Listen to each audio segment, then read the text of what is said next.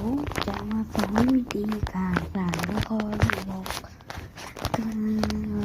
ขั้นแรกที่มาถึงแอปพลิเคชันมันจะนั่นก็โกดมาที่คำว่าตรงนี้เพื่อโกดมาเลยนะครับกดคำว่าสร้างคุณจะเอาโกดอันนี้ก็ได้ที่คุณต้องการผมมันจะเสนอก่อนผมจะเอาแอปผมเอาภาพของ FM2 นะครับ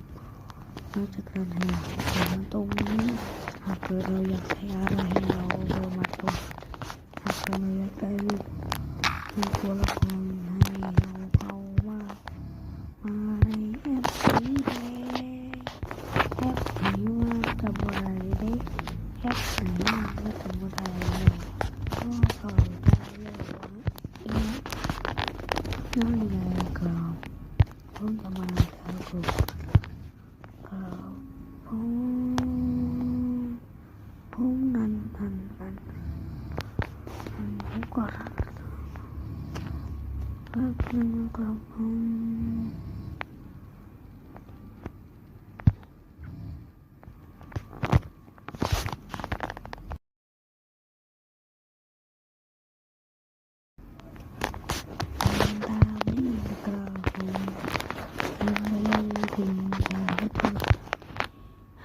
คือคุณแอปนี้เข้าไปเลยนะครับ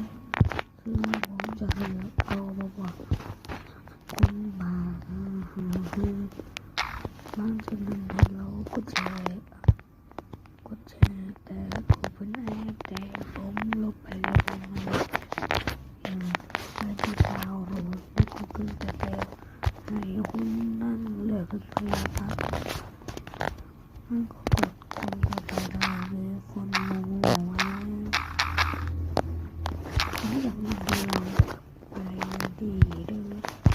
นี่จะเป็นเราจะใช้เรื่องที่ไหนแต่ผมจะโอ้เราก็คือ